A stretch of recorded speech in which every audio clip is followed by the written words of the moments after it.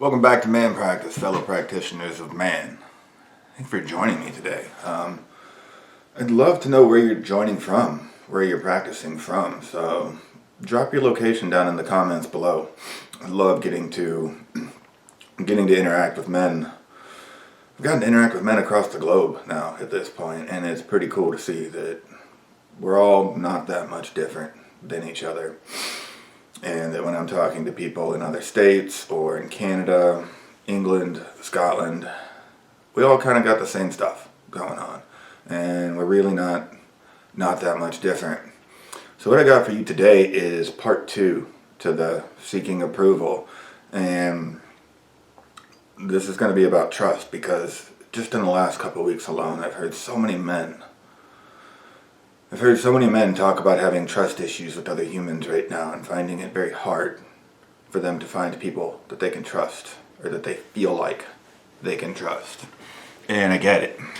I've been there with you, and I spent a number of years in that. And there's a couple ways this might be showing up in your life right now. It could be that you shy away from engagement with other men, and there's like this feeling of, even though you'll claim it's trust, there's very likely a feeling of insecurity or inadequacy. So you just don't engage with many other men, or men that would potentially intimidate you, because you just don't feel like you're on equal ground. The other one is, you may have quite a few men in your life, but start to pay attention to the conversations that you're having with these men. And I bet what you'll notice is that it's almost like you're in an echo chamber. And while you do have quite a few men in your life, they're kind of all saying the same thing. They're kind of just corroborating anything that comes out of your mouth. There aren't really any of them willing to challenge you on your perspectives, on your beliefs, to push you, to hold you accountable.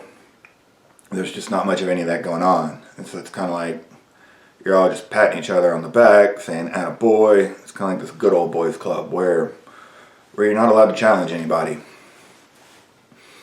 The third way it might be showing up is with women. And you either have zero connections with women, or you have several women that you feel quite connected with, but you always end up in like that dreaded friend zone.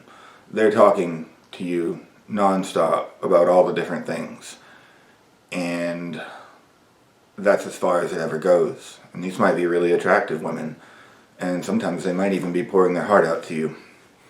But as it goes on, at the end of the interactions, you start to wonder why you're struggling in your dating life, why you're not able to date women like this. And it's because they likely have you classified in, the dreaded friend zone, they call it. And that's because they don't trust you. So let's get to the root of this. If people are treating you that way, it's likely because they don't trust you. And if you have any of these number of scenarios going on, then you likely are feeling like you can't trust other people right now. Or you keep wondering why these people come into your world and then leave, and then you felt like you couldn't trust them from the get-go, and then they leave, and it kind of confirms, at least in your mind, that you couldn't trust them. And this is going to sting a little bit, and that's okay, because you're in complete control of this. I can 100% promise you it's something you're choosing, which means it's going to be really easy to fix, because you're the only person that has to change. And what this boils down to is you don't trust you. You are not confident, you are not grounded, you are not rooted in who you are. You're not actually being you. You're acting in so many different ways to essentially do what you think needs to be done to keep these people in your life, or to not piss them off, or to not rock the boat. And in doing that, you're not being you. When you're not being you, people can feel that. They can sense that. And they subconsciously do not trust you. So they will kind of keep you at arm's length, or never fully let you in. And the reason you don't trust you is because of how many times you've gone back on your word to yourself. How many times have you set the alarm for 6 a.m. and then you hit the snooze for 7? How many times have you gotten up with the intention of eating something healthy, something that's proper for your body first thing in the morning. And then because you hit the snooze button too many times, you grab some bullshit like some Pop-Tarts on the way out, or some breakfast tacos and some donuts on the way to work, and you went back on your word again. 5 o'clock's rolling around and you're about to get off of work, and you're going to go to the gym, but you negotiated your way out of that one and you didn't go. All of these little things add up all day long, and there's so many other ways that this can happen too. But at the end of the day, what it boils down to is, did you do what you said you were going to do? And your mind starts to notice this, and you can't escape it. There's nothing that goes unseen. Even if the outside world is not seeing it, your subconscious, your mind sees this. Your mind starts to see that you don't even keep your word to yourself. And it starts to create this fear and this doubt and this confusion and this mistrust in who you are. Because if you can't keep your word to yourself, how are you going to keep it to anyone else? And then is it possible that because you're not keeping your word to yourself, that you're then attracting the same quality of humans?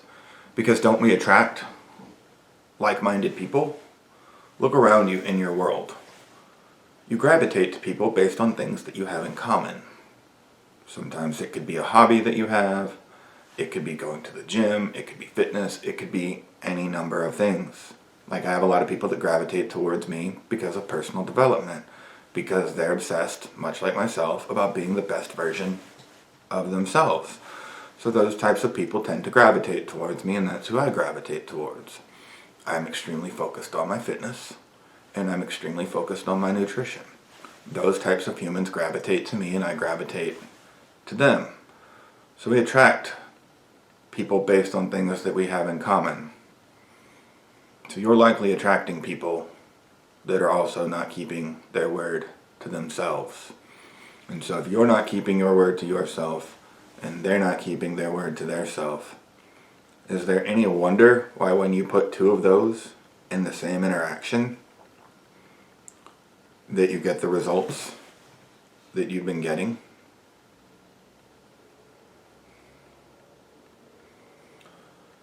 The other thing that I see happen a lot, it's a form of self-sabotage. There's a fear that comes with this mistrust. And I like to look at fear as a meditation for what we don't want to happen. Because whatever we fear ultimately ends up controlling us. So if I'm constantly on guard for people that I can't trust, it's almost like a request for the universe for that to show up. And then I will subconsciously start to put myself in situations where, because I'm afraid I can't trust this person, then I'm not genuine and authentic with them. I'm not expressing the things that I actually need to express, that I actually want to express. And what likely happens is this person eventually holds a boundary with you, and then they exit your world because that boundary didn't feel good. Or they hold the boundary with you, and you get so shocked by this boundary that they've now held with you, that because you're insecure, because you don't know who you are, you're too terrified to even engage in the conflict.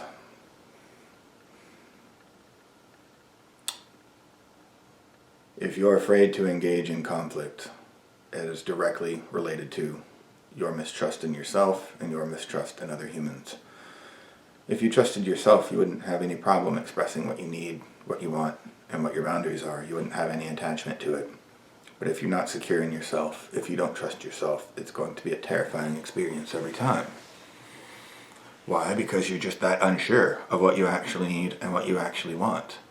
So then trying to express that, people are going to feel it. People are going to sense it. And that's how you keep ending up in these interactions with other humans. So what do I do about this then if I want to fix this? You can get started on this today. You get clear on what you want. You get clear on why you want it. You get clear on what you like. and why you like it. I don't have any problem rolling up, being dressed nicely, and feeling good about myself and confident in who I am, because I know what I like, I know who I am, and I know what I want, and I know why I want it and who I'm doing it for. And those are all things that nobody can take from me.